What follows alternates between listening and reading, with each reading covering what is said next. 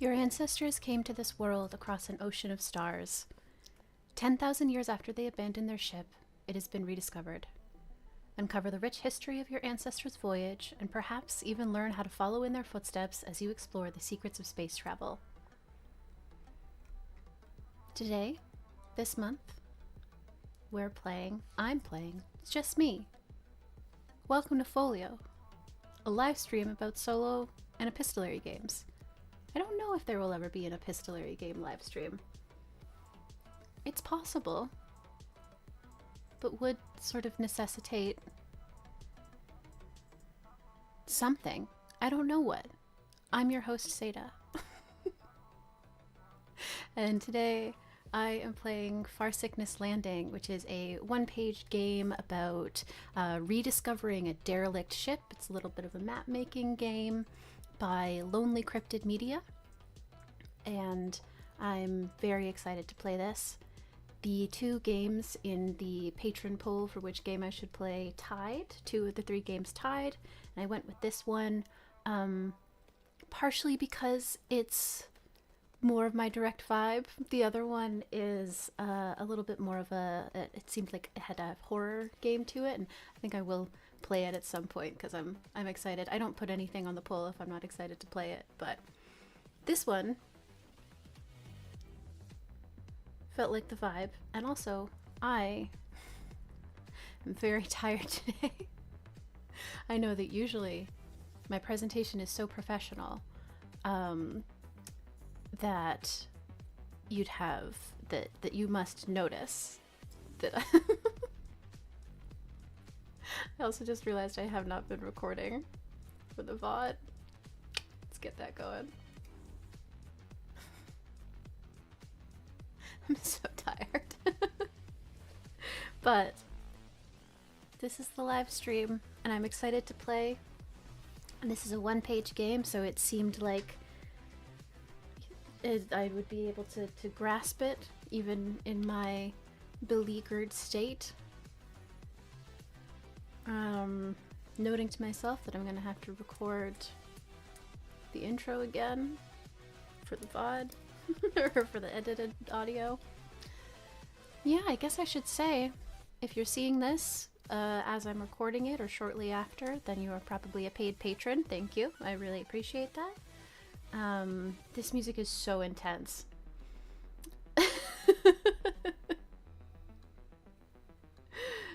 It also doesn't appear.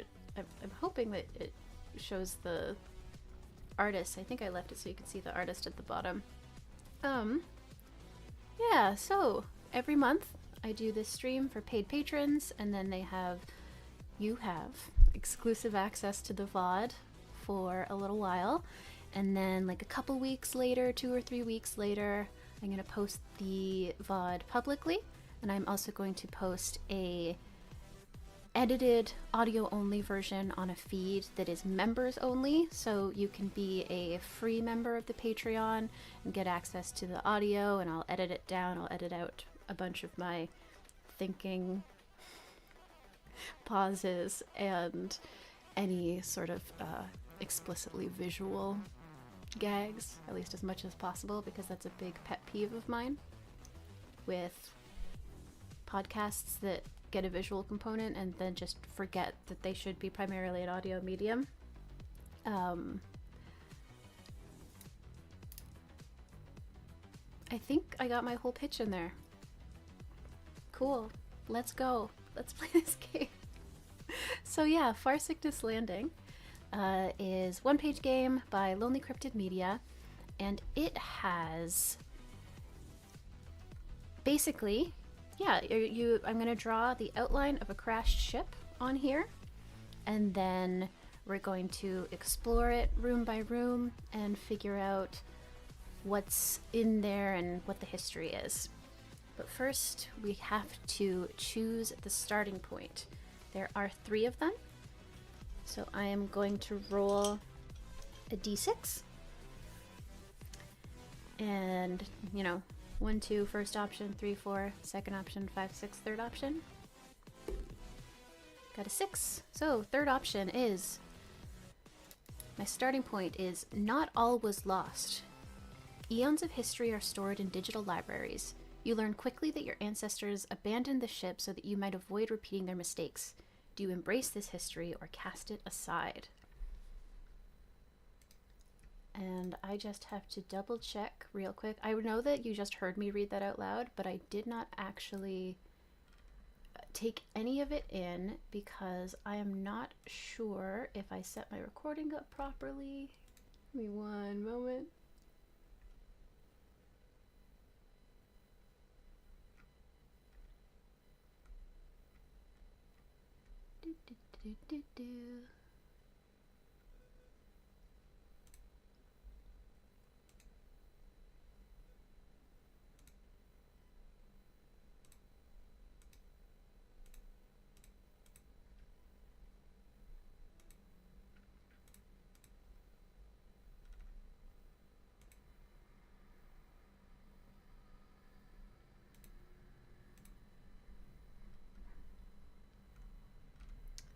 Okay, you know what?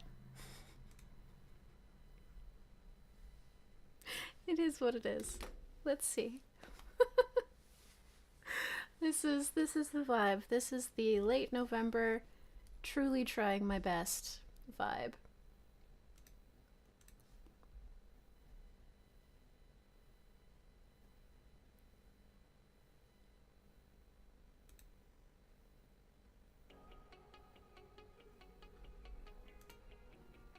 So, starting point.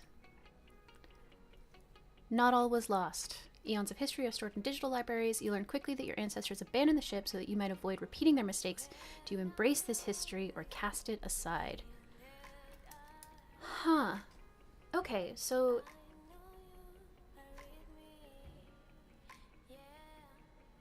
there's a reason that I'm here, right? Like, so this ship has been rediscovered. And I'm investigating it. I cannot believe that some of these songs have lyrics. That feels like such a betrayal in this copyright-free music YouTube video.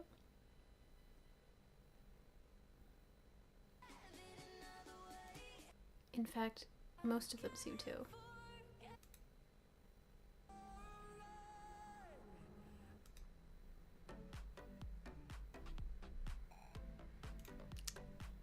Let's try another one.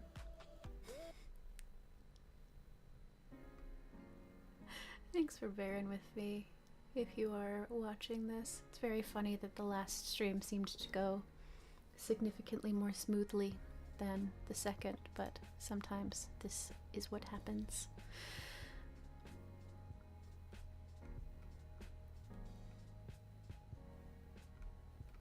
I don't know what the history is yet, is part of it, right? So the ship was abandoned to avoid repeating a mistake, which could be like space travel. Whoever it was who came to this place was like, we need to settle down. We shouldn't be spacefaring anymore. Which my first instinct was to say, like, I love to cast history aside. I'm a really big fan of casting history aside. But I was thinking, like, since I'm researching this, I'm probably embracing the history, right? Because why else would I be like, I mean, there are reasons you could be looking into something and not wanting to reenact it, but it would make sense if I were embracing it. But if part of their deal was like, maybe there was a threat or something that they interpreted as an existential threat,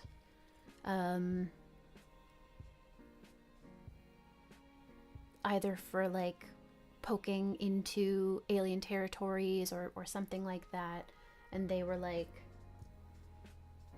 we shouldn't be spacefaring anymore, we should just live on this planet. That is intriguing to me to try and discard. Like, it's been long enough. It's been 10,000 years. 10,000 years after they abandoned their ship, it has been rediscovered. It's been 10,000 years, which is an unfathomable amount of time, is the thing. Because even I mean, we as people, we as humans don't need a lot of time before we just sort of forget the lessons of the past. Like with, you know, the ongoing pandemic of it 5 years ago, 4 years ago, a lot of people knew that wearing masks protected you and people around you. And now they don't know that anymore. And there are just a lot of general lessons that humans learn over and over and over again over a length of time. So 10,000 years. I mean, those lessons are nothing. Folklore. Not even that. But it's interesting to imagine that regardless of that, 10,000 years later, we still haven't gone back up into space. And maybe part of it is that part of the investigation here is like, we want to figure out what they were reacting to, because there's sort of like a suspicion that it was like superstitious. That they were doing some sort of like, we're in the gods' territory type thing, and we're like, okay, well, if it was that, no, you were just misinterpreting alien species, who maybe we've established a relationship with a couple of like alien species, despite us not being spacefaring. They've like visited, and so it all just seems very old-fashioned and superstitious now. And yeah, the plan mostly is to like figure out their technology, but also what they were scared of. And so I guess that is my aim, I think, is to cast it aside, but that doesn't necessarily mean that will be the outcome. Because might learn that they were right, and we shouldn't go into space because it's cursed. It's always possible. So, I'm gonna draw the outline of the crashed ship. Make it whatever shape you want. It's okay if some pieces connect and others don't. Roll die to determine the number of rooms and how long the game will be. Number each room. The game is finished when your map of the ship is complete and the purpose of every room has been discovered. Discover each area of the ship one by one and craft the story of its journey here. For each room you discover, encounter, or experience, ask one or more questions. Cool. I'm very excited to roll on these room tables. That's my favorite part of any game, the tables. I'm not a visual artist, so I'm just gonna make some shapes. And we can all just very generously interpret them as part of a spaceship, with the understanding that it crashed or has decayed over the past 10,000 years. Sorry I keep hitting 10,000 years so hard. I just think it's very funny when sci-fi games play with time at a scale that is essentially unfathomable.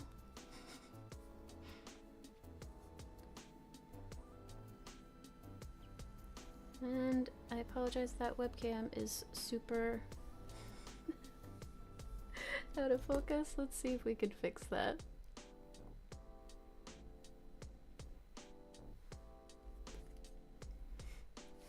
Because how would you survive if you didn't see my beautiful drawings?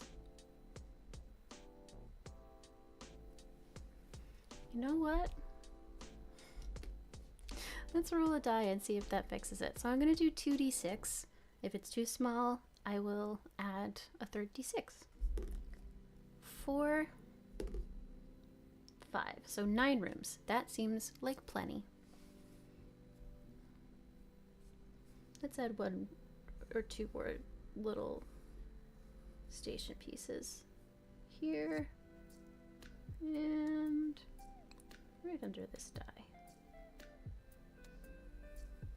Make it the same shape as the first one, like spaceships have.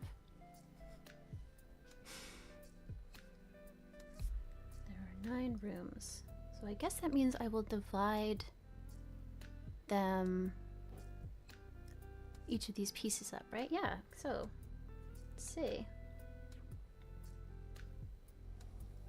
There are 2 rooms in here. 1, 2. Same in this one. 3, 4.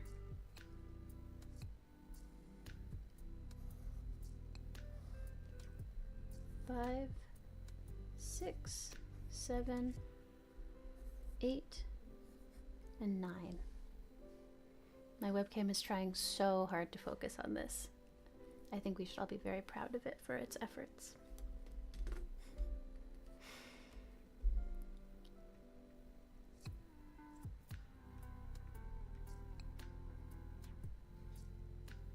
I'm just kind of trying to think of how they would have abandoned the ship in a way that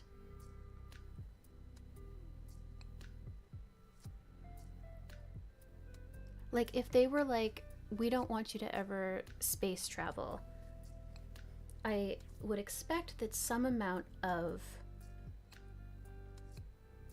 the dismantling of the ship was on purpose because they didn't want it to be able to just easily be spacefaring again. And I wonder if they would have camouflaged it. I like the idea. I'm a big fan of just need to cough. Where's my mute button?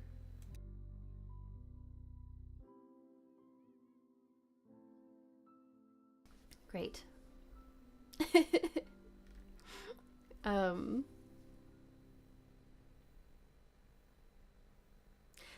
Of big generation ships or ships that traveled for a long time. I'm a really big fan of the imagery of them being like taken apart and used planetside, like transformed.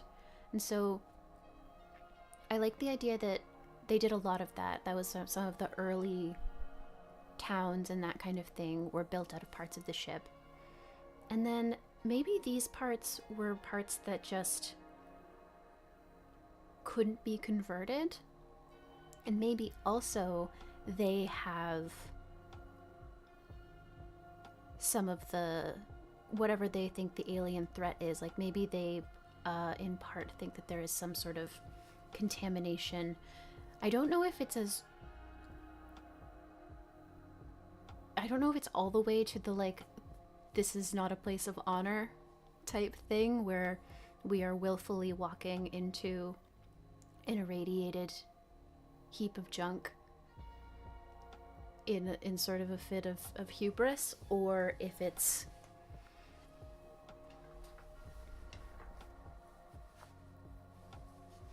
I guess we'll kind of have to find out. I think that they certainly thought that it wasn't safe, but also it's been a very long time. So maybe it, even if it wasn't actually safe, maybe it is now. Let's see what the vibe is.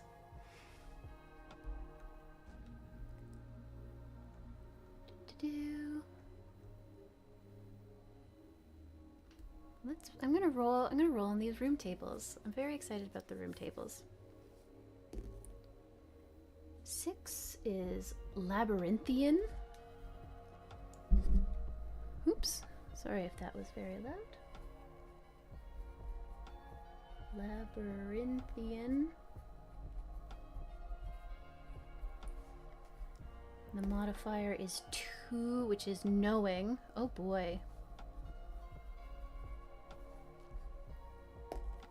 An item, a seed. The vibe is mysterious. Yep, that makes sense.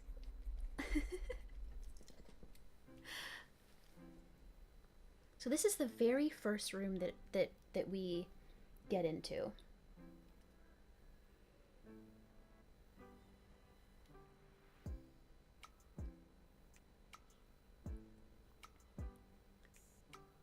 Labyrinthian, I like the idea that it is genuinely huge. And that there is some sort of weird, bigger on the inside thing going on here where we step in, and as we walk and the hall starts to twist very quickly, it's like we have been walking impossibly far already. Like this took us 4 minutes to walk from end to end on the outside. We've been walking for 7 minutes and there's no end in sight. And seed makes me, wonder if, there's a lot of different interpretations of that, but if I were to be pretty literal, it could be that this was a farm. There's something very appealing about a weird labyrinthian farm. They had the technology to do this sort of like bigger on the inside black hole thing, and the thing that they used it for was to be able to grow more produce on a small ship, or a relatively small ship, like to have a lot more arable usable farmland with a small footprint. I like that idea a lot. So I think that's definitely true. And I wonder threw my pen possibly in the garbage. I'm gonna retrieve that later, and thank you for your brave sacrifice. First pencil, welcome to the resistance. Second pencil. I'm not sure.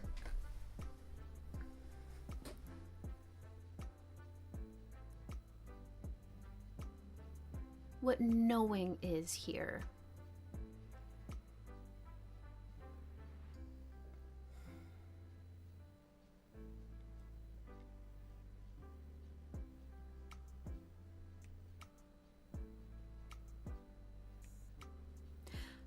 I think the way I'm going to interpret that is just as this is a really big thing that we've learned that they could do, which ties into the mysterious vibe, because there was no record of this technology. We have those like big libraries, the not all was lost thing, for our starting. Hi Dorian. Perfect timing. Be here in half an hour, you get here in 29 minutes. It's perfect. We are just discovering the first room in this crashed spaceship that we are exploring. And so, yeah, the idea that it's mysterious because we have a decent, we thought that we had kind of a whole picture from the records of all of the technology that they had.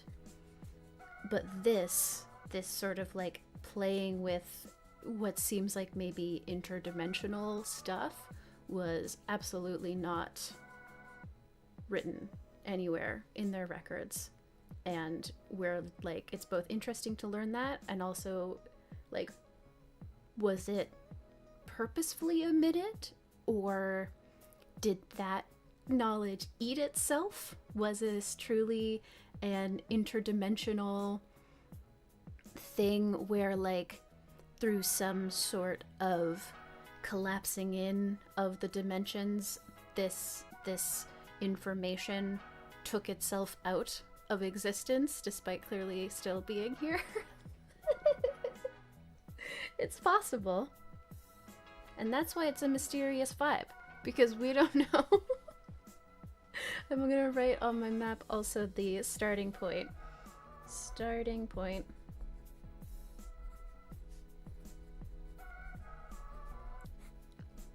Not all was lost.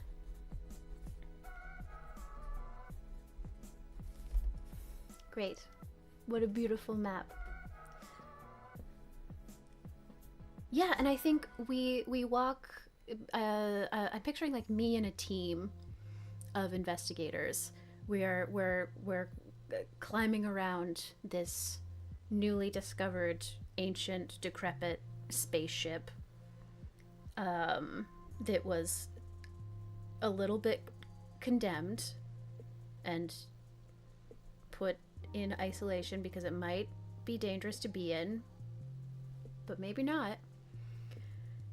It's me and my team, and we are going through probably to like,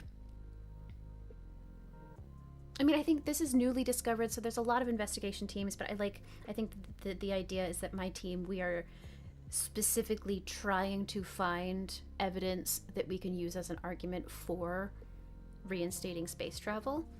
We are very much in the camp of like, that was superstitious nonsense. There is no real threat out there. This was just people from 10,000 years ago who didn't understand things, which I think is very funny in this context because like they knew enough to create generational space travel, but we're still like, they were superstitious and unscientific.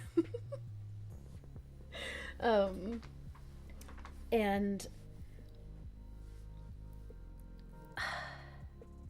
I think that the team is divided on whether this is evidence for us or against our cause.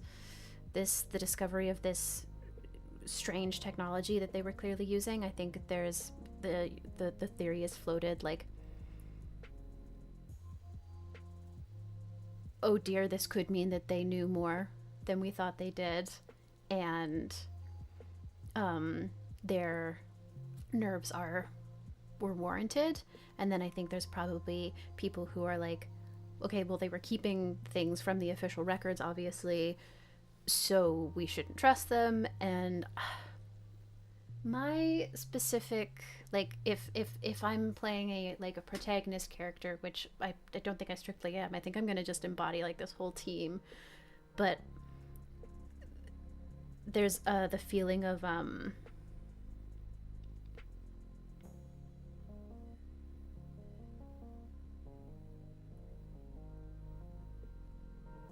maybe they were right.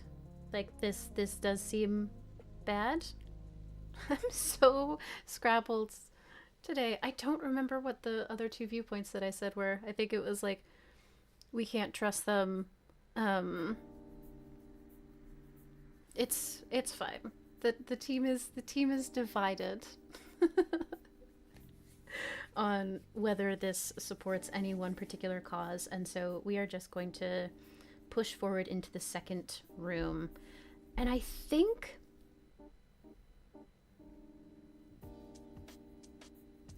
this takes a long time because I think that we decide that we are going to explore this whole labyrinth, this whole farm labyrinth,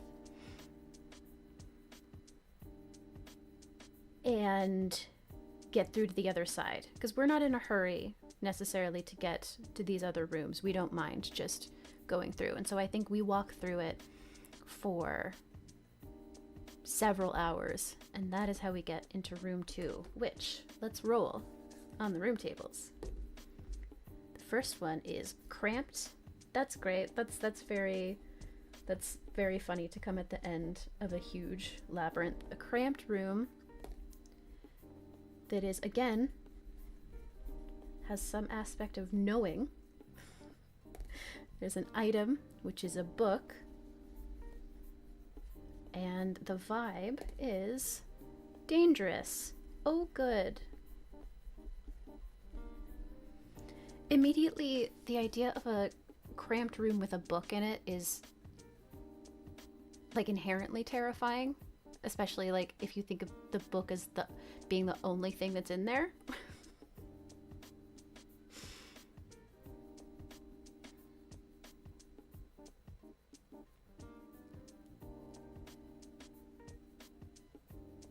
And I think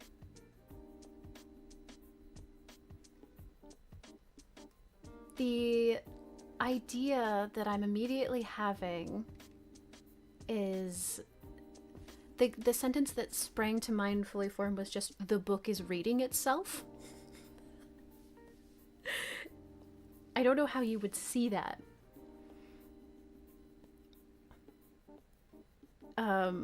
But maybe it's just felt. Maybe it is a felt sense.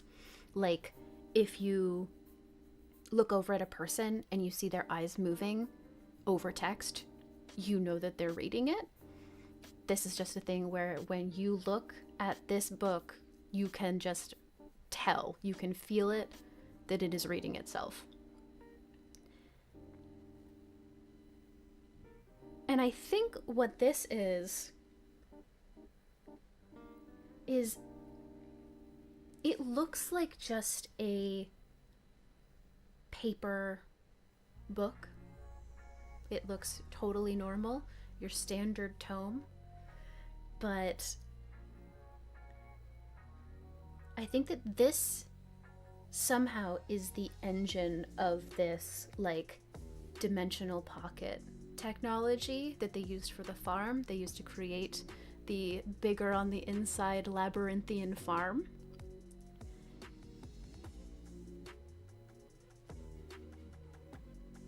And I think, like, the dangerous feeling here comes from multiple sources. One of which is like, what? Excuse me? And I think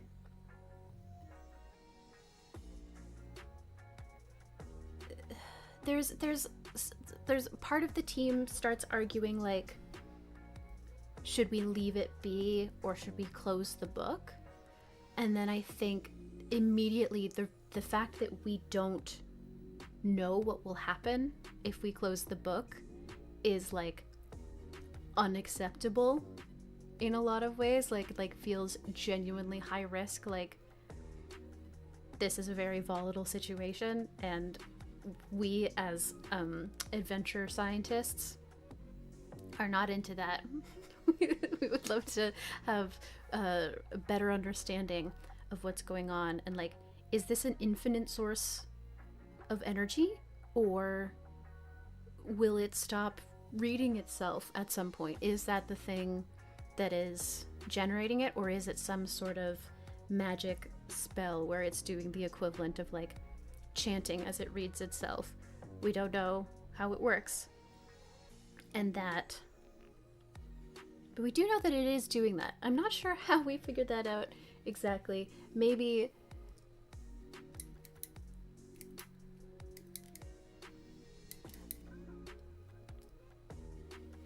I like the idea that when our long dead ancestors who traveled here were dismantling the ship, they were like, well, these parts are dangerous, and we don't want to go in them anymore, so it's okay, we don't have to totally clean everything up, we'll just hide it, they'll never find it, don't worry about it. And so there's, like, a recycling bin, essentially, that has some notes from somebody who used to, like, work in this room, and they're boring, they're so boring. It's just, like, operational, like, 1822 standard procedure, everything is working. 1837 did my loop again, whatever. And through those notes, that is how we, like, learn that this book is the thing that is generating that energy, or whatever it's doing. They aren't detailed enough to tell us, like, how it's doing it, but it is clear from the maintenance report, or the thing that is being checked off, the things that are being done and noted, that it is doing that. We just don't know how or why. And I think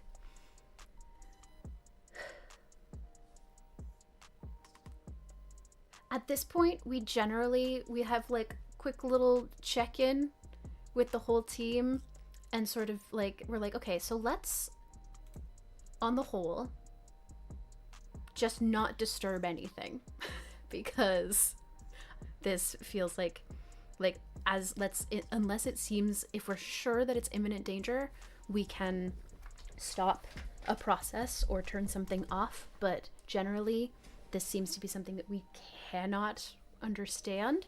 So let's just try and leave it be and figure out more and do it later. And I think we have to go all the way back through the labyrinth. Takes a long time. And then we're gonna go look at room 3 and we're gonna consider camping in there for the night. Oh, I've been so excited about tables that I have kind of been ignoring the list of explicit questions.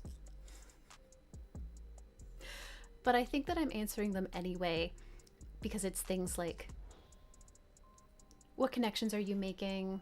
What piece of history have you discovered? What is dangerous here? What is safe here? How does this relate to a previous rumor discovery? All those kind of things. I think this is a list that you can't roll on, and so it immediately phased out of existence for me. And I think I will check in with that. Honestly, these tables are really good. These tables are great, and I think that they are so evocative that it is in fact a pitfall for me. A common pitfall is having table fever. That's very true in the chat. If I find myself struggling to know a direction, I'll come to the questions, but if not, love these room tables. We're doing great. Let's see what's up with room 3. And I noticed, so I made these similar shapes. But this one, there's like a hole in the hall that we can get into.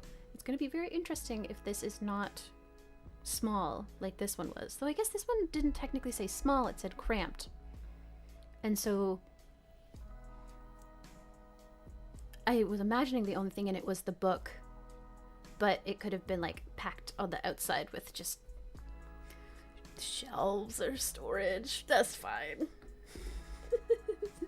2 is destroyed. Well, that makes sense because I did say there was a hole in the hull. Where's the best place to put this? I can do an arrow like this.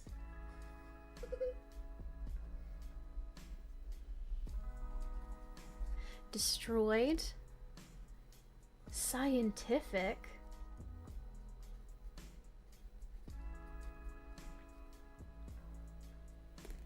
The item is a trinket. Very likely in a scientific room. And the vibe is unsettling. Good. Last night my roommate and I watched there was a Doctor Who movie made very shortly after the show started airing that I had somehow never heard of until a local theater was doing a screening of the sequel. There were 2 of them that were made where Peter Cushing, aka like Tarkin from Star Wars and other better things, plays the Doctor, but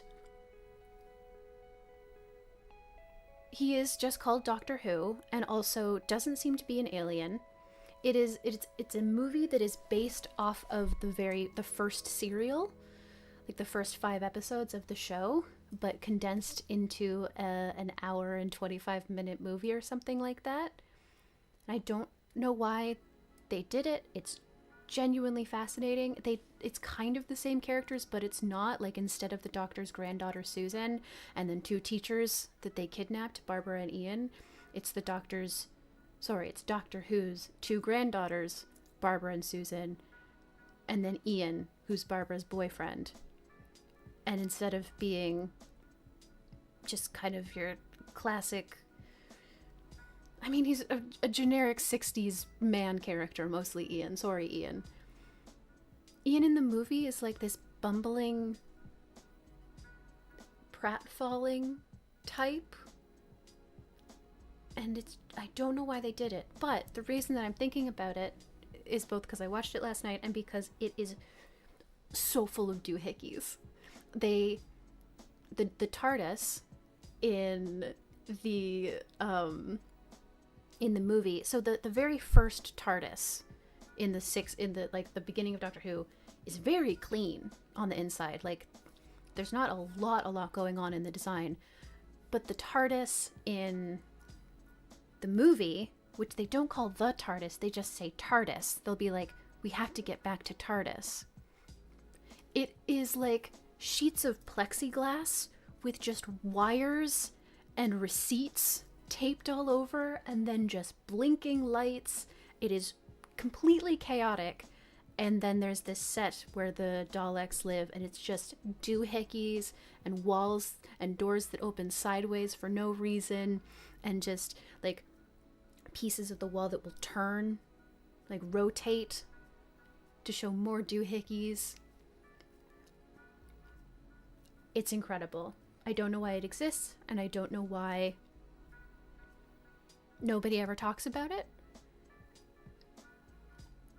Even in Doctor Who circles, which I have been a part of in my life,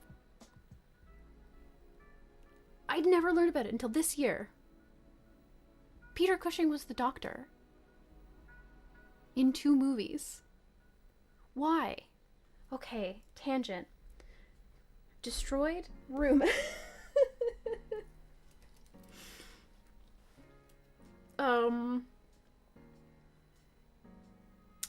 So scientific, obviously it could be a lab.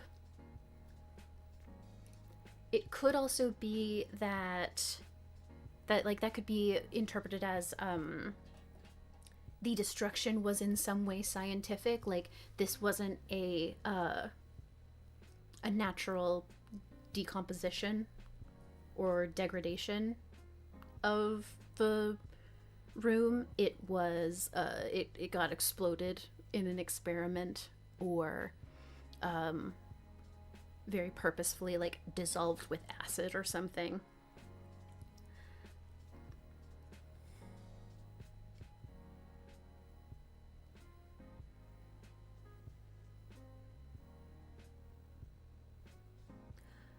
I wonder if, rather than specifically a lab, it is the remaining evidence of it is it looks like it might have been a med bay, like the type that, yeah, people would get checkups, but maybe like a also like intensive procedures. I assume that if this was sort of like a generation ship, there was probably stasis and that kind of thing, and you have to get your checkups and whatever. I think I'm also just thinking of, like, you know, Alien with the face hugger, and then they put you in the hospital room to just exist in there. Don't worry about it, and then the face hugger explodes out of you. And I think that is basically, that is the unsettling feeling here. I need to get to what the trinket is, but I think that, like, through just looking at the path of destruction and various things, it looks a lot like there was a patient here, either in stasis or just in surgery or something in some way. And it looks a lot like that patient caused a lot of this destruction. And whether that's because there was something inside of them, or because the procedure went wrong, or what it was, not totally sure. But that, I think, like,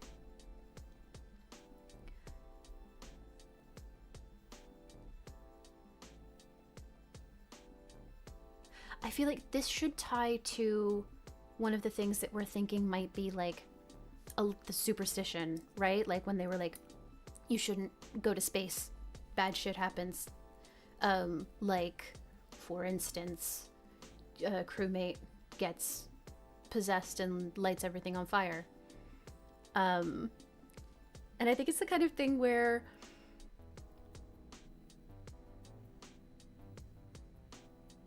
what was written about that, like, something was written about people undergoing transformations and setting things aflame.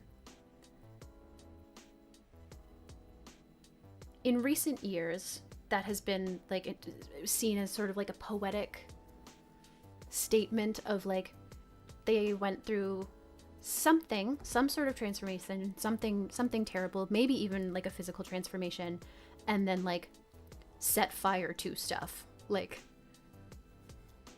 developed an arson habit.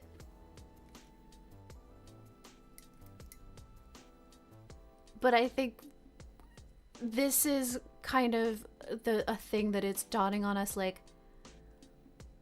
maybe it was literal. They meant that people were transforming into something that they can be on fire, or they can cause fire with their hands. They were developing some sort of power or mutation. I don't know if it's fire. Is fire? Yeah, fire is scary in space because it eats oxygen and you don't have as much of that.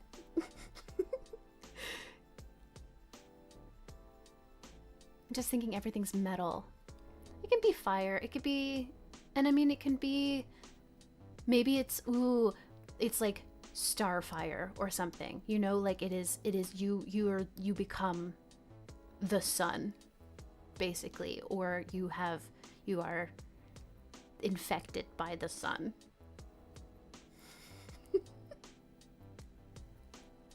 And again, this is something that has always been spoken about as poetic license of their experiences. And we're looking at this like just charred room and being like, oh, that might have been literal.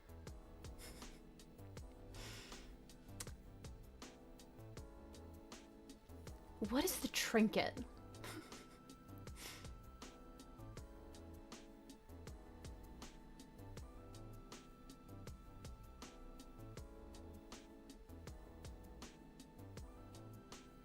Is it...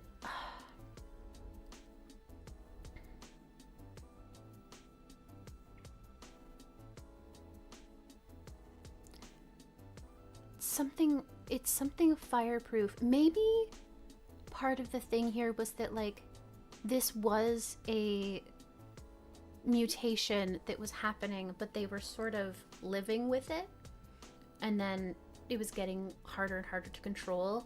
Maybe the kind of, it's like they picked up this particular sun infection at a star quite a ways away, and the further they got from it, the harder it was to control. But for the most part, the people were like, until it got really bad, people were just like living with it. But it did mean like a certain amount of accommodation for the fact that they're a little bit on fire a lot of the time. And so it's not a teddy bear because this was like an adult, but the idea of like,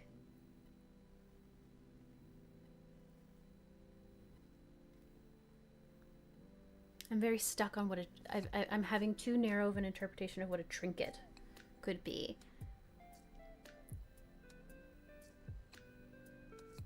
It's just it's a fireproof pillowcase or something, you know. It is just some thing that makes it really seem like probably people were just like living lives with this condition where sometimes they're on fire.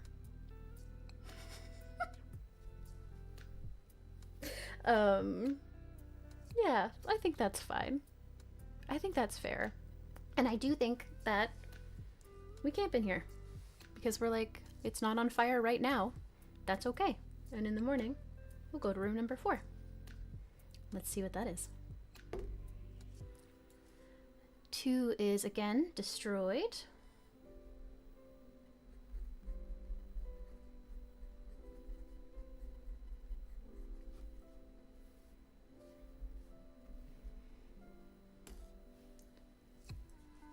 lot of knowing. Rolling a lot of knowing. Which I think I'm going to take pains to interpret in a different way in this one. An item, another book. Good. We loved the last book. And the vibe is melancholy.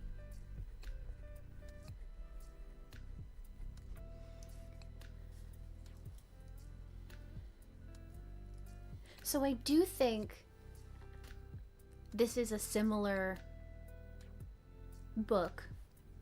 This is also a book that is reading itself. But I think it's powering something much smaller.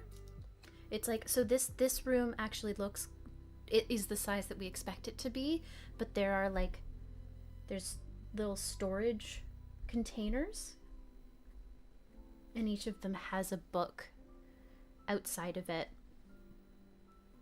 And these storage containers, they should only be, you know, this deep when we are looking at the construction of the ship, but they are like pretty big walk-in closets. So it's like they are powering a much smaller, weird dimensional pocket. And I think the way that I want to lean into knowing here is that there is the feeling that this room is aware that we're here. It reacts to us in some way. Melancholy. Okay. And I think what that is that, like,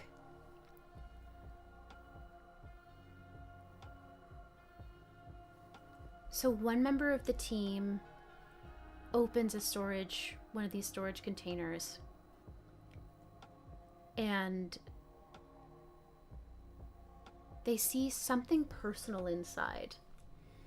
It's like,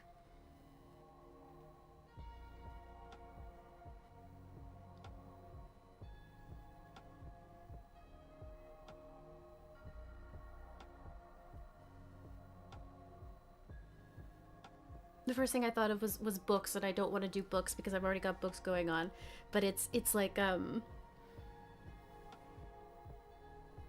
equivalent of seeing like a pile of records for your favorite band, or a bunch of your favorite bands, and they're like, oh, that's amazing. And then they're like, wait a second, these didn't exist when this ship was scuttled. That's weird.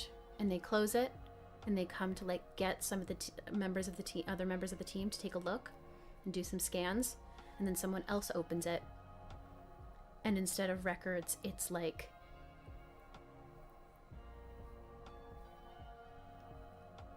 a pantry with ingredients, a pantry that they recognize, like, oh, these are the brands that my grandma always bought, and I would only see them when we visited, and she would make me my favorite meal. And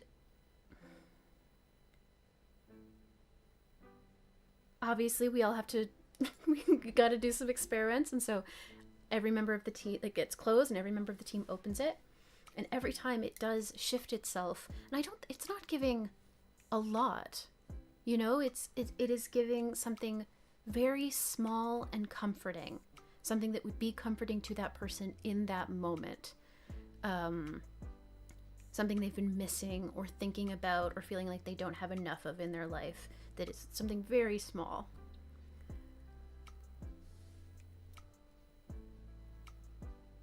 And the melancholy feeling here is partially like, similarly to what I was saying about, you look at these books and you just know that they are reading themselves. Like if you looked at a person's face and you saw their eyes moving, you know that they're reading something. Similar to how you look at a person's, I'm about to explain facial expressions. Stop me if you don't want me to go a little more basic here, you can look at somebody and tell how they're feeling. And it's not quite as strong. Like, it's much, much more subtle than a very obvious facial expression. But I think that the books outside of these storage lockers have a sense of, like, relief almost at being able to do this. And I don't know if that's, like, it could be that they have, like, they're only able to do this in reaction to somebody interacting with the space, right? And there hasn't been anybody here.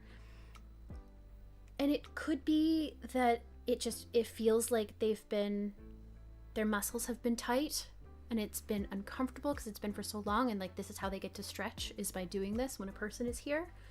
But it also, I think, is easy to interpret as like they miss having human crew members on board. Maybe there's even a thing of like, we try to do something fancy, like opening the cabinet with one of the books somehow, and it shows like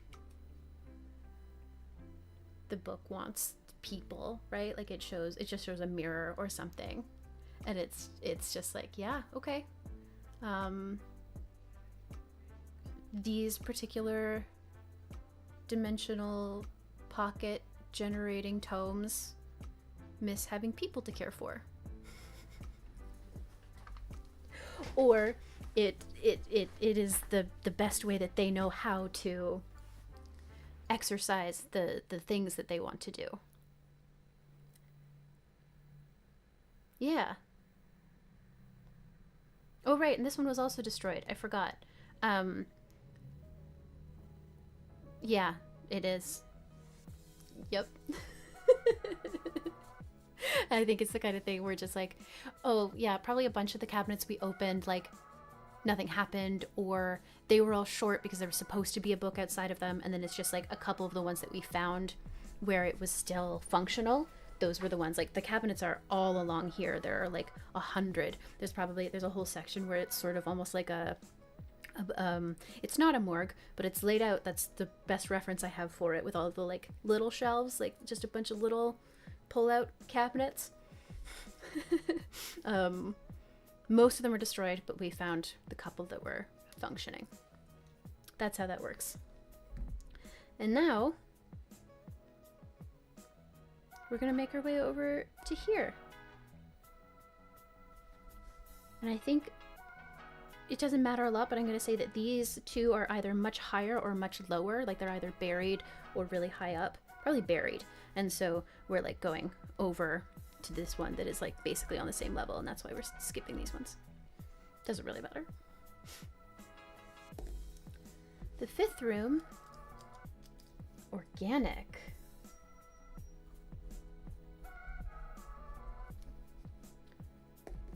Modifier, scientific.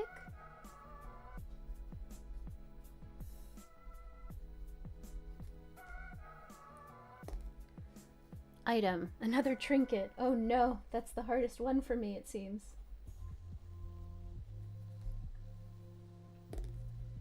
The vibe is yet again unsettling.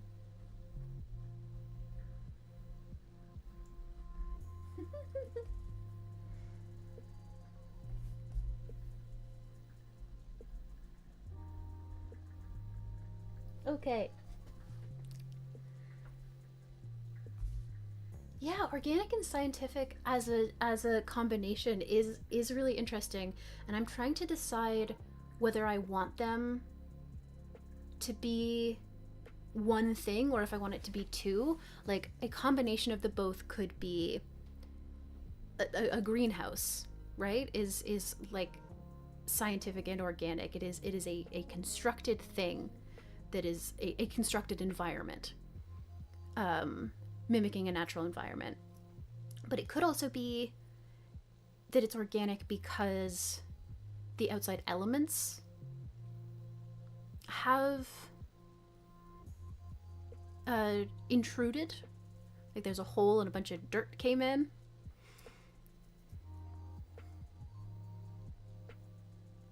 I already had the farm, is the other thing.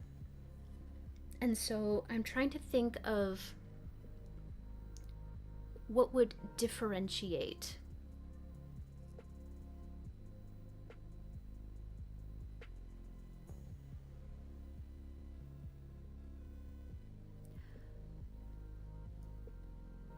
I think I am gonna go for the combination of organic and scientific that is about the artificial construction of a natural environment. And it's a forest. Like we managed to get through the airlock and we walk in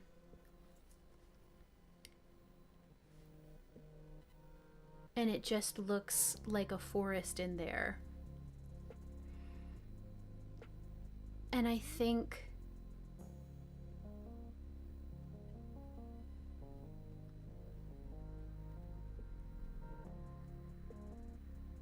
part of what's strange is that it really feels alive, and it feels like that shouldn't be possible because this ship has been abandoned for so long. But it has been able to like sustain itself. And I think that it just doesn't smell like here at all. And part of the thing that's unsettling is that there is the real feeling that we have gone somewhere else. And I think that, so part of what I'm like kind of tying together here generally is that these people were messing around with dimensional stuff a lot. And so though there are members of our team who are like, that wouldn't be possible, we are misinterpreting something, there is the distinct feeling that we have stepped into a forest that is like on another planet or in another universe or something. And that's weird. That feels unsettling. We are unsettled. And gotta think about a trinket. While I'm thinking about a trinket, strange horticulture. Did I ever play strange horticulture? That doesn't even sound familiar, though I could have just forgotten, so I don't think so, but just from the name, I am very intrigued, despite it perhaps not being all that related. The name is certainly related, so. I wonder if the trinket is additional evidence that this really is somewhere else. Like it's a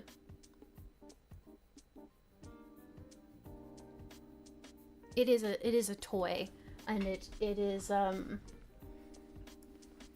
made of materials that look unlike anything that exists on our planet, but also unlike anything else we've seen anywhere. And so it's a strange, unfamiliar looking toy that's just strewn on the ground. And I think the other thing that also lends to the unsettling vibe is like, does that mean someone was here recently? Because certainly this would have like decomposed, right? And I think we can't see the walls here, and people obviously are like, well, that's because there's trees in front of them. But then some people are like, we should see how far back this goes. But I think after we lost a whole day to this labyrinth yesterday, we're like, okay, let's just come back here later and see how deep it goes. And for now, we will leave. But it feels a little bit like maybe this forest goes for a really long time, because maybe it's a little pocket dimension to a forest that's elsewhere. Maybe. But for now, we're going to go over to room number 6. Strange Horticulture is a computer game about running a weird little plant shop. Is it as little shop as it sounds with Strange Horticulture? That just immediately makes me think that I'm going to be feeding plants with my blood or something. 3 is technical. Oh, it's interesting that there is a result for technical and a result for scientific. Oh, those are on... Right, those are on separate tables. Huh. Cavernous, destroyed, technical, organic, cramped, labyrinthian. I love that. That's a fascinating distinction to me. The modifier is occupied. Oh dear.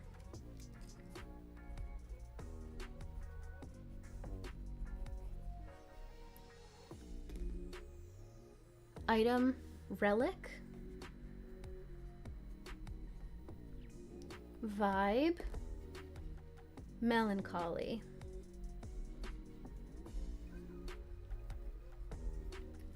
So the vibe immediately fits with one of the things I was thinking of was, I don't know how far down this road I want to get is, like, so while the team fictionally, like, as a team of people, we are not convinced that these are actual, excuse me, that these are actual dimensions that we are walking into. They are. That is true. I'm establishing that is true, regardless of whether we believe it or not. And the idea that this one is like...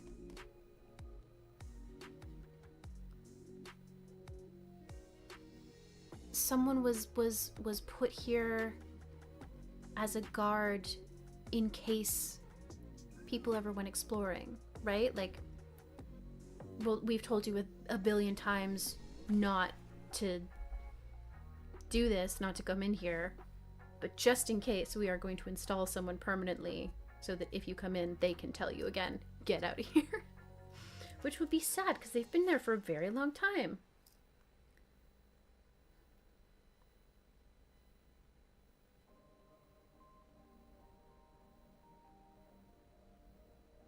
I'm thinking about technical, like a technical room.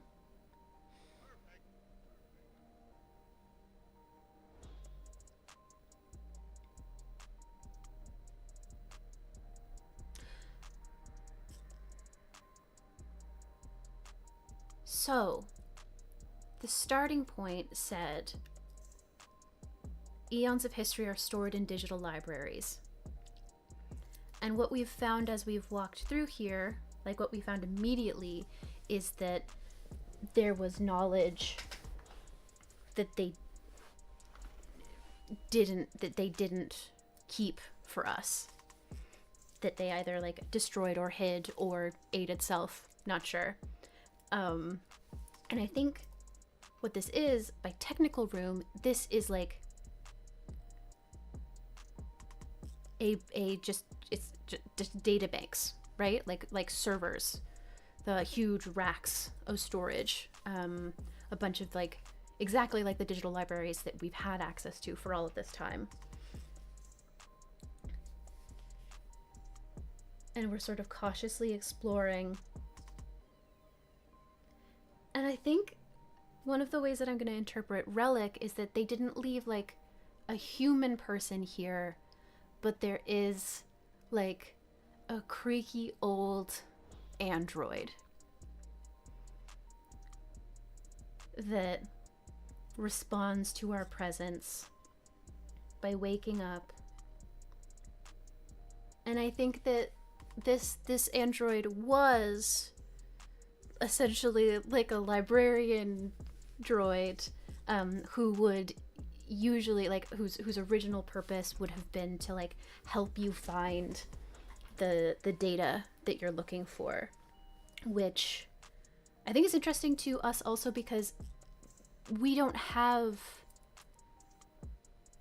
that sort of interface with our libraries. We have like screens, and so it's immediately the feeling of like did they interface with their technology? Is that another thing that they hid from us? Another like mistake that they didn't want us to repeat, which was like creating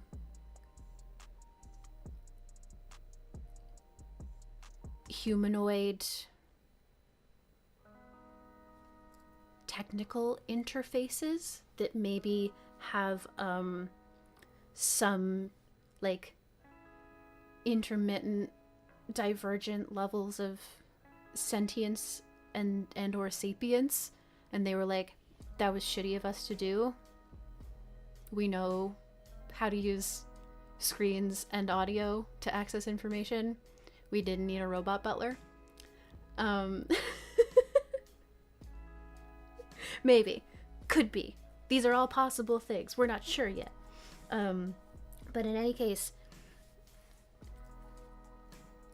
I think it was obvious. It's obvious that new orders were given to it, or new programming was added very quickly, because as it boots up, again, like that comic of like turning on your 10-year-old MacBook to play music, just creaking out of bed.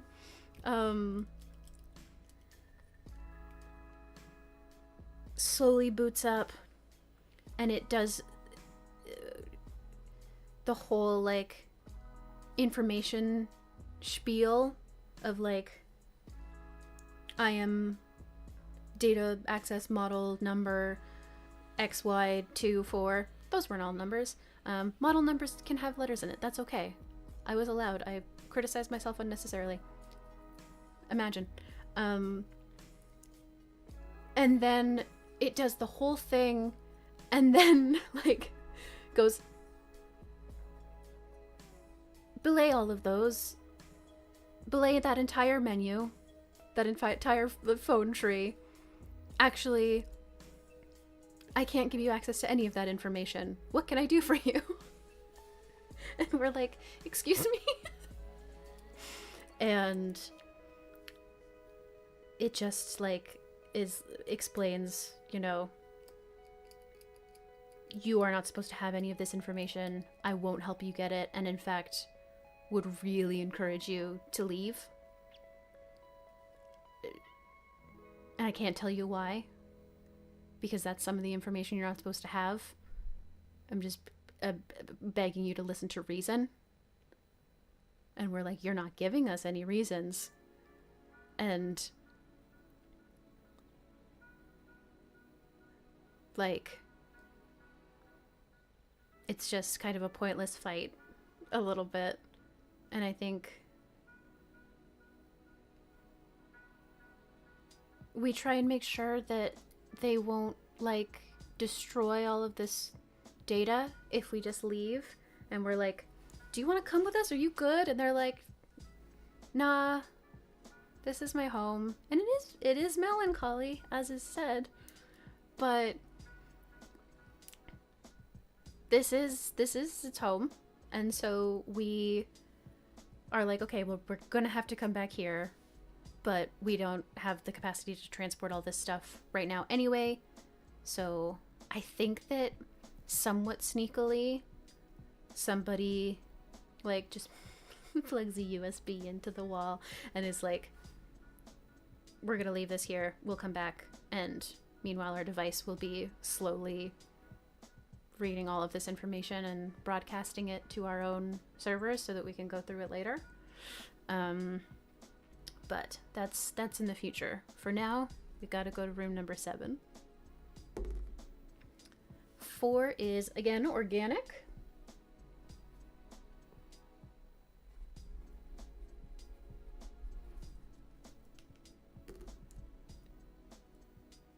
And again, occupied.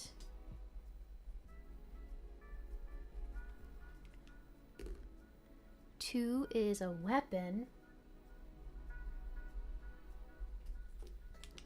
And the vibe is dangerous. Well, that makes sense because there's a weapon here.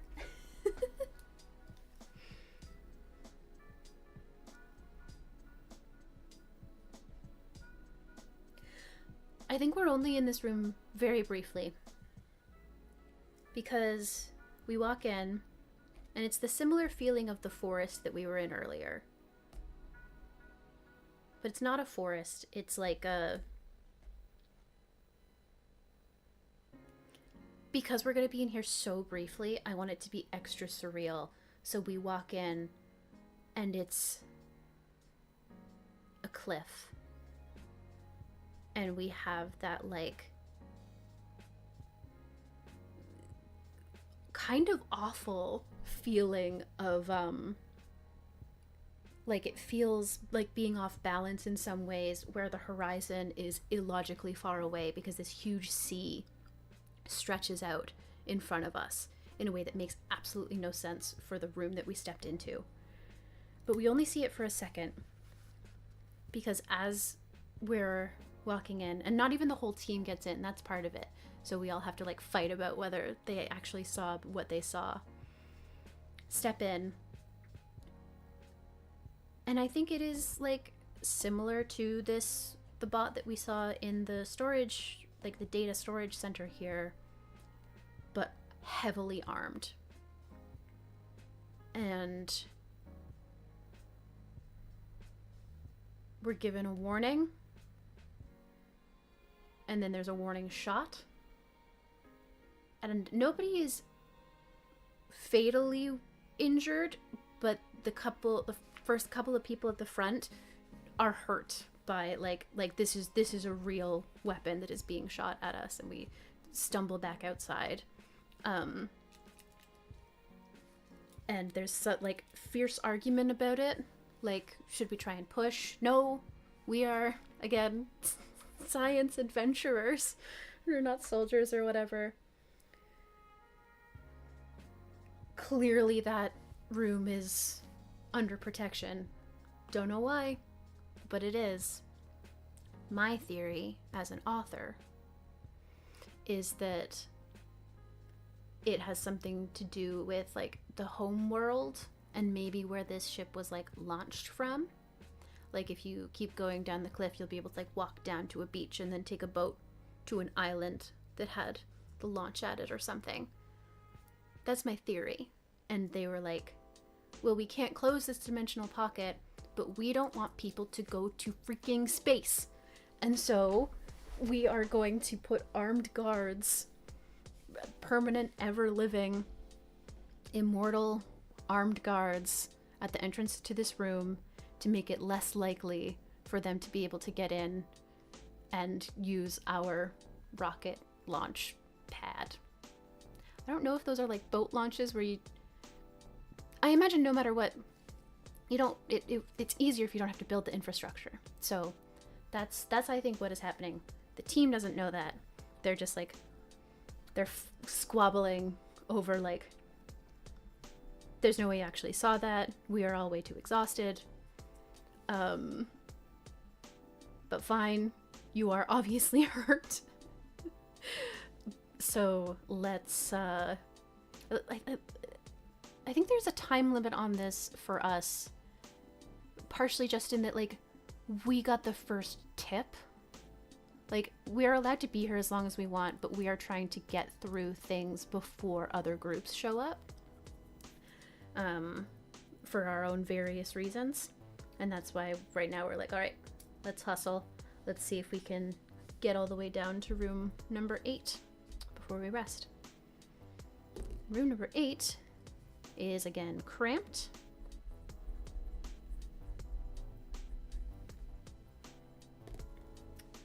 Powerful. The item is a relic. And the vibe is dangerous.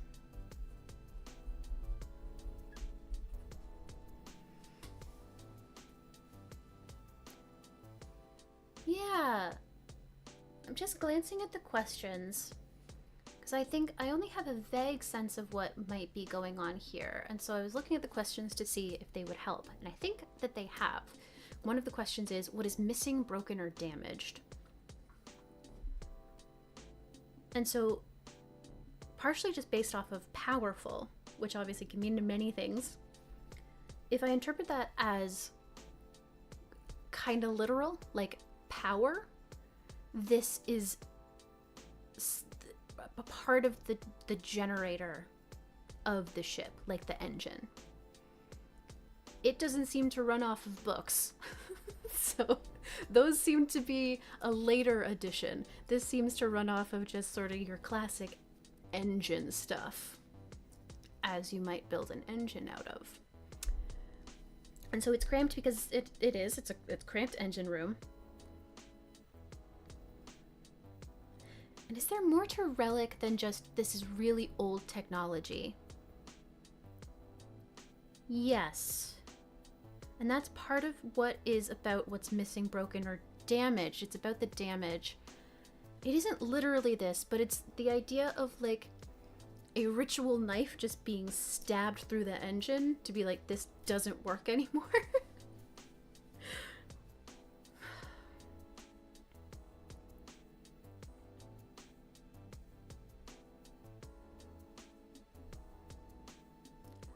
I wonder if one of the ways, if the thing to tie in part here is that sun infection where people were on fire.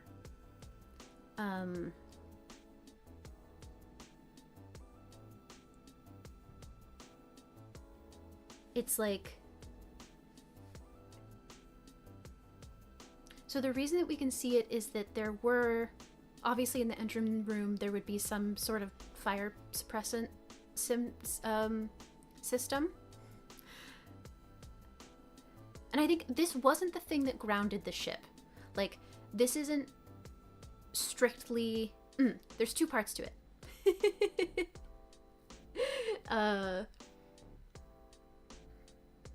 At a certain point,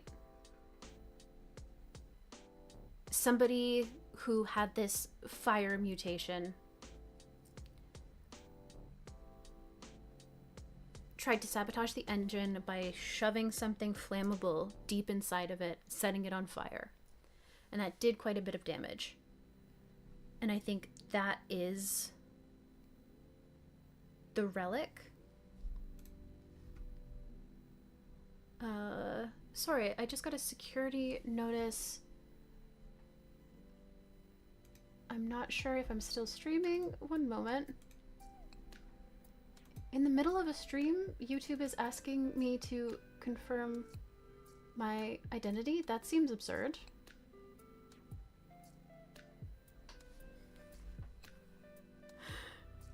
Sorry, one moment. I'm just gonna throw the break screen up for 1 second and see if I can figure out what's happening.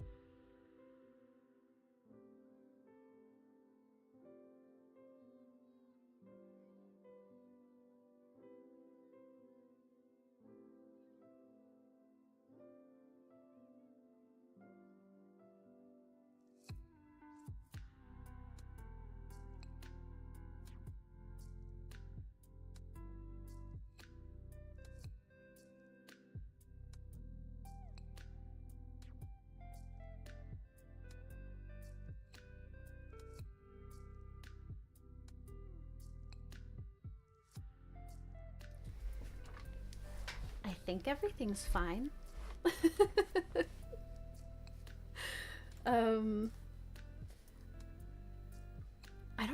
I absolutely don't remember where I was. A sun mutant tried to sabotage the engine, and I think that I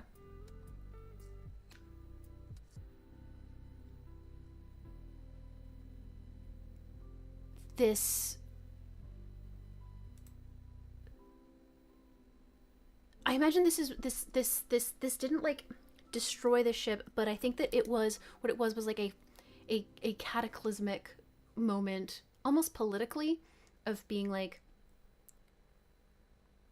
we have to do something about this, and the thing that we have to do is land and figure stuff out. And so the relic that we see is that like flammable, the remnants of the flammable thing. But I think it is just that this is very old technology. And I think that the other thing that we see is that like it has been thoroughly dismantled so that it doesn't work. And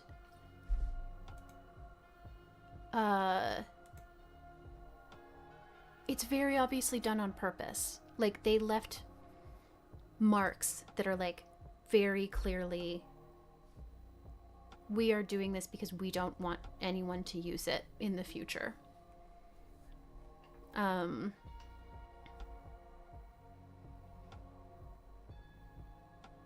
I think it's dangerous both because it's an old, uncommissioned,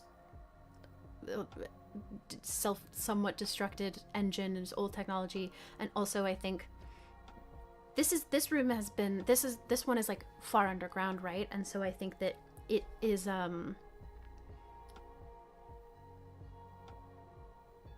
getting to the point where it was unearthed changed it more, right?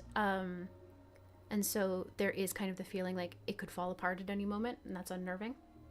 Not unsettling, dangerous. But we kind of get out of there quickly. And I like the idea that we have another team that's on their way that is allies, and we like send a message to them like, hey, come right to this room because this is your area of expertise, and we're not gonna hang out in there anymore because it scares us. They're some mechanical engineer allies. With that, we're gonna go over to the last room and wrap this up. 6. Again, labyrinthian. Oh, that's fun and satisfying to me. Oh, that makes me so happy. First and last. Alive is the modifier I got. Oh no. Oh, that sucks and I love it. Item, trinket. Haunted by trinkets. Vibe. Melancholy. Ooh.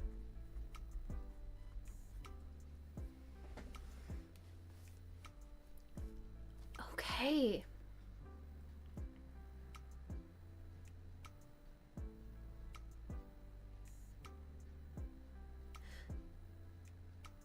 So I think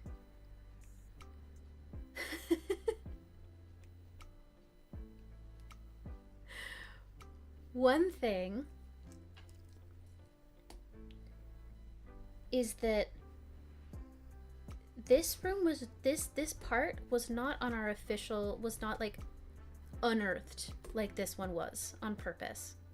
It's the kind of thing where like as we made our way out of this, the thing that where it felt dangerous because it felt like things could shift at any point, they did shift a little, and it opened and we saw a glint of metal, and we were like, let's do some terrifying cave diving to find where they've somehow, and how did they get part of their ship into this cave system. That is worrying. And we all make it through.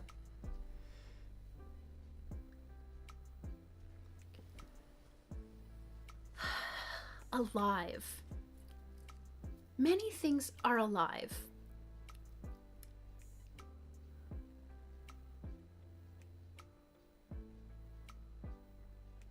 In some ways, it would have been fair to interpret that as like the forest, right?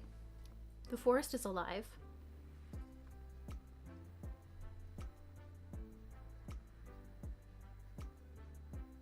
I do have a very strong temptation to take it the, meat walls route. But I am not sure that that matches up with everything else that we've had going on here.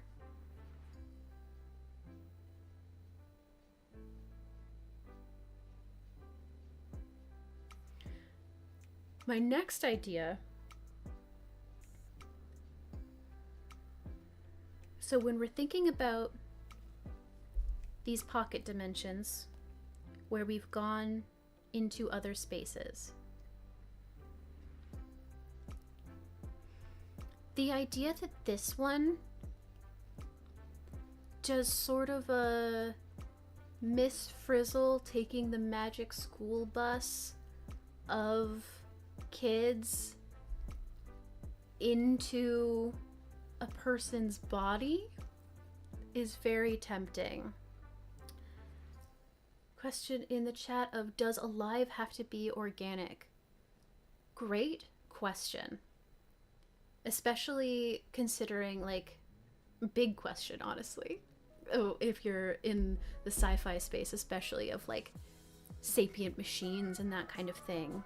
Those are non-organic, but arguably alive. And also just depending on, like, is alive has life? Like, if part of your, like, worldview is it involves, like, the earth, as an example, having life to it, and, like, rocks and that kind of thing having some form of life. I mean, rocks are rocks organic? What's the definition of organic?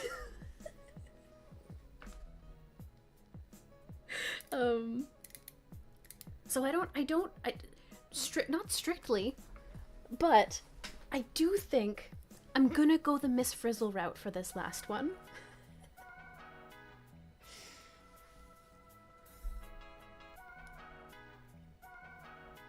We step in.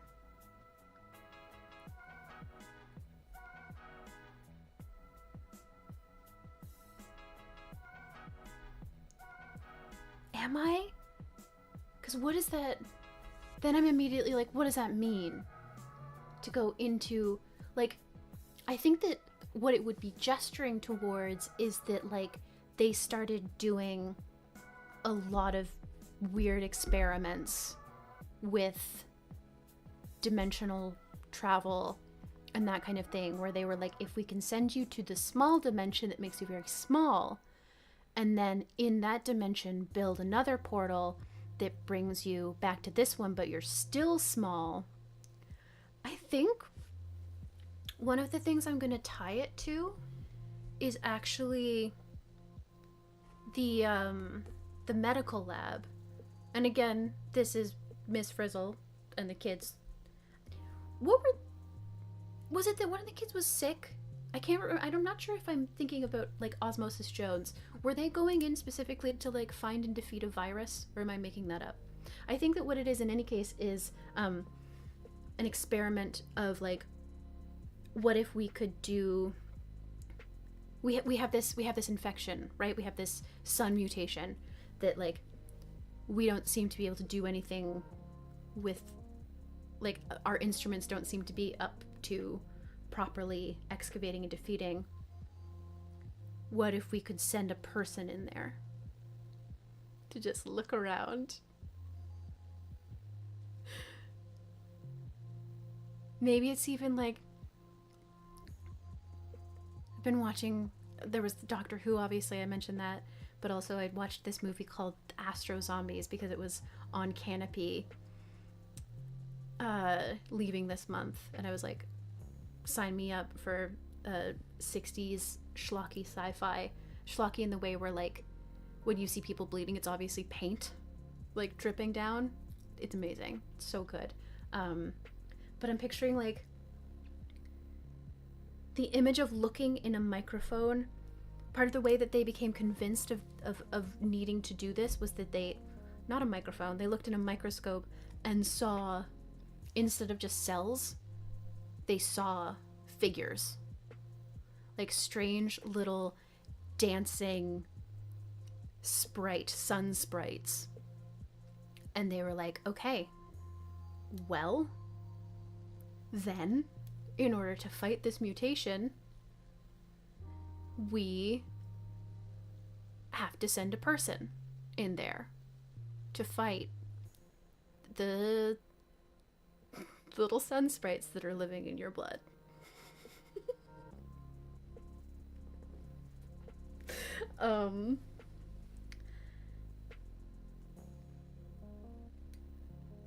And I think, because the next thought I had was like, well, if this is a medical thing, like, who are we inside? And I think the answer to that is that, like, the reason that this is the last room we're going to explore is that those other teams are arriving, right? And somebody is investigating that medical bay. And they are, like, sitting on the medical table. And so when we step inside this room, we are inside their body.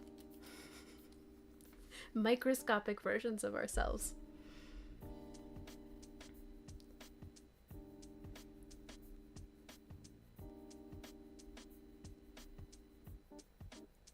Okay. And I got so caught up in that. I need to tie in the trinket and the melancholy thing. So I think part of it is that, like, that isn't the whole room. It's like the room, and then there's a chamber where you walk in, and that's what happens. And that's also how we know that that's happening, because there's, like, a monitor here, and we can see the patient. And there's, like, a little glowing mark on them of, like, here's where your team is. Are there really 3 magic school buses where they, like... I only remember where they go inside a person. I only remember one for some reason. But... I might remember it because I think I had some of the Magic School Bus PC games, and I know that one of them was a space one where Miss Frizzle was lost, which I remember because I remember this enormous sense of melancholy where they get to Pluto or something. I just remember looking at the bigness of space as drawn in this Magic School Bus game when I was a child and just being like,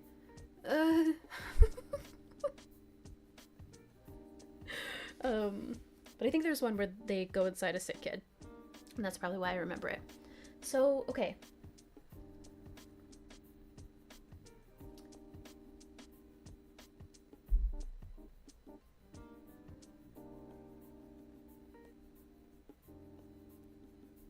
I think the sense of melancholy here is, like, that this didn't...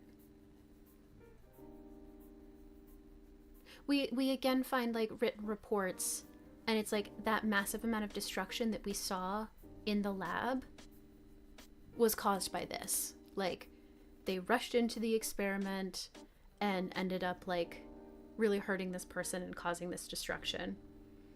And we're like, oh god, are we about to explode somebody in there? But no, this was very specifically like a triggering of the sun mutation.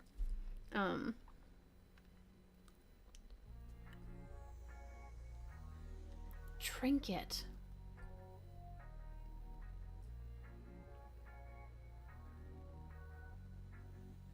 For some reason, for this one, I just want it to be like the personal effects of somebody who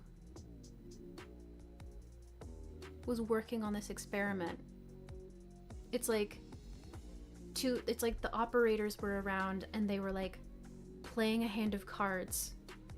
Because maybe it had they'd like successfully sent tiny medical teams into several people, but this was the first time they were trying it on somebody who had the sun mutation they were trying to fight. And so they'd like chilled out and they were just sitting and they were like playing a hand of cards, and then everything went wrong. And so it's just like, and then for whatever reason it has just been left there. There is just like a deck of cards partway through a game.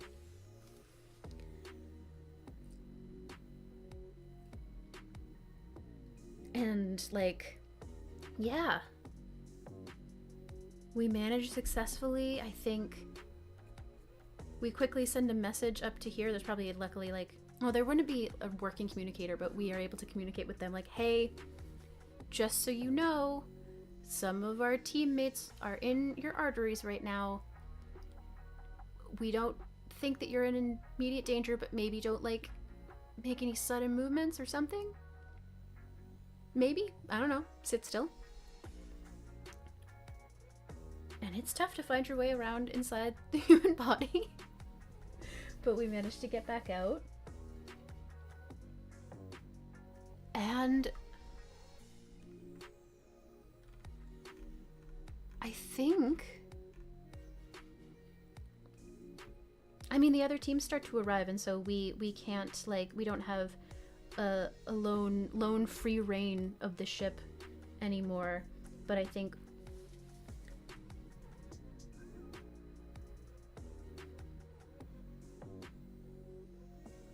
what this is like, it's the setup for a whole different game, which I'm not literally saying I'm going to play, but it's like, we got here early as an individual team, and other individual teams are coming in, and we are going to go up and catch every single one of them and be like, we actually have to pool all of our resources here. We have to work together. We can't be trying to keep secrets from each other and trying to like individually profit off of this and everything, because it's too big and too dangerous, and we are truly messing with forces that are a little bit unfathomable. And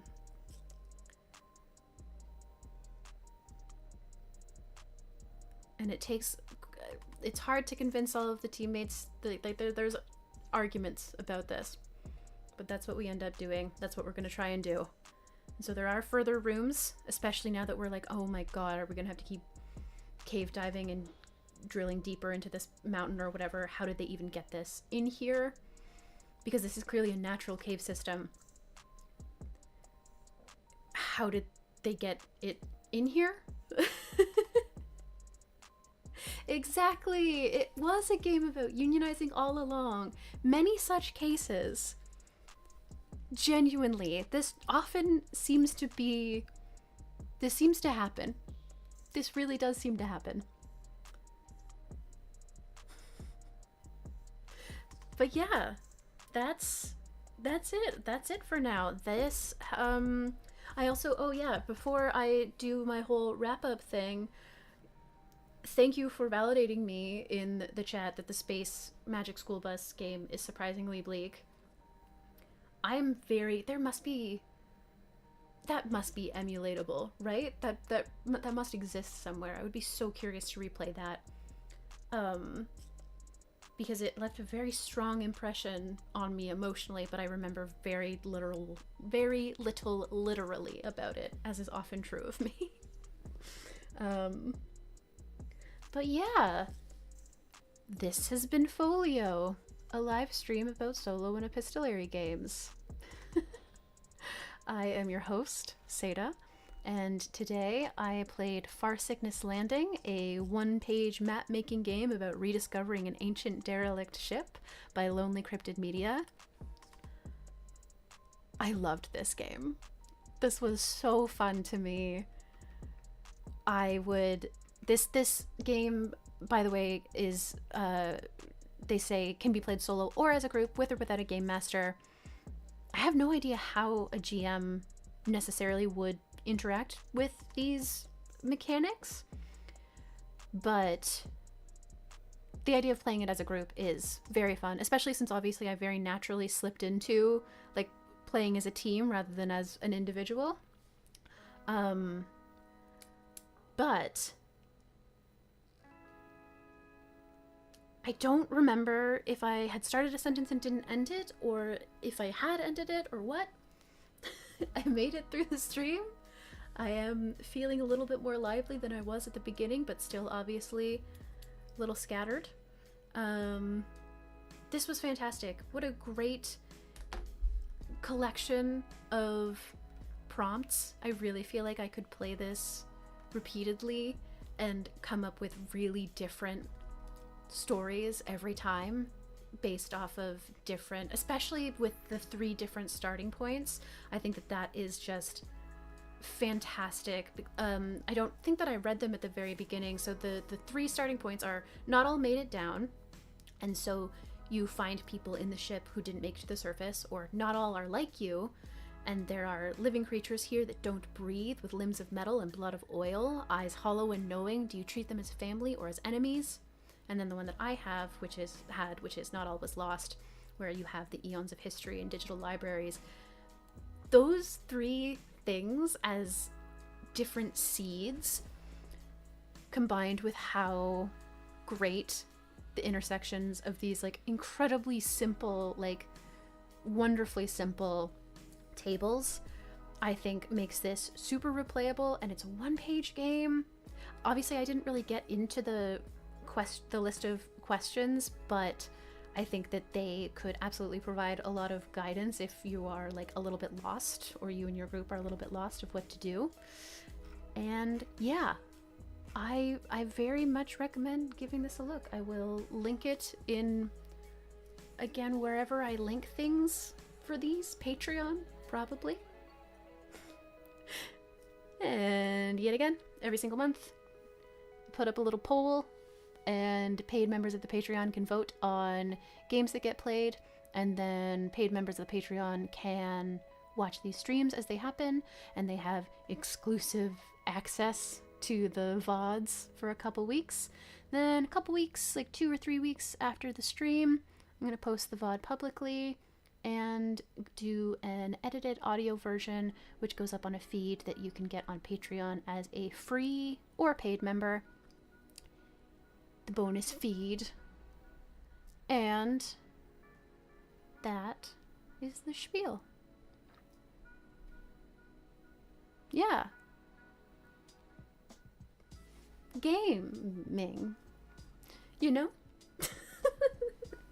Thank you so much for joining me. It was really lovely to have somebody to talk to a little bit while I was doing this whole thing. I'm excited for people to slowly be able to like join these a little bit more, because I think that it could be a lot of fun, and I am hoping at some point, I don't know when it would be possible, to have someone else play a game on these streams so that I could do live music for them. Live, just like improvised ambient electronic music. It's hard to do both. I have considered it, playing the game and doing the music, but it's difficult. Okay, this has been Folio, a live stream about solo and epistolary games. I've been your host, Seda. You can find me on the internet at PostSetaChips generally, and check out my work at gaygoth5s.online. To find where you can find the show, check out foliopod.card.co. Thank you to Lonely Cryptid Media for this game, Farsickness Landing. What a fantastic time. I think that's everything. Thank you so much, and take care out there.